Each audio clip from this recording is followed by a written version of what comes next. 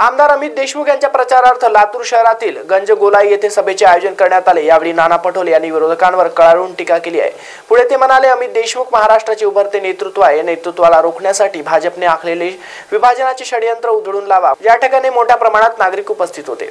मी मुद्दाहून आपल्याला या निमित्ताने सांगतो की अमित भैयाचं नेतृत्व हे उद्या महाराष्ट्राचं नेतृत्व बनणार आहे आणि महाराष्ट्राचं नेतृत्व संपवण्याचं पाप मतविभाजनाच्या आधारावर भाजप या ठिकाणी करायला निघालेलं आहे। माझा इशारा आपल्याला सगळ्यांना कळत आहे। तुम्ही एवढे अनपढ तर नाही आहे। कोण कोण उभे झालेत, कशासाठी उभे झालेत, त्यांना पैसे कोणी पुरवलेत हे आपल्याला सगळ्यांना माहिती आहे।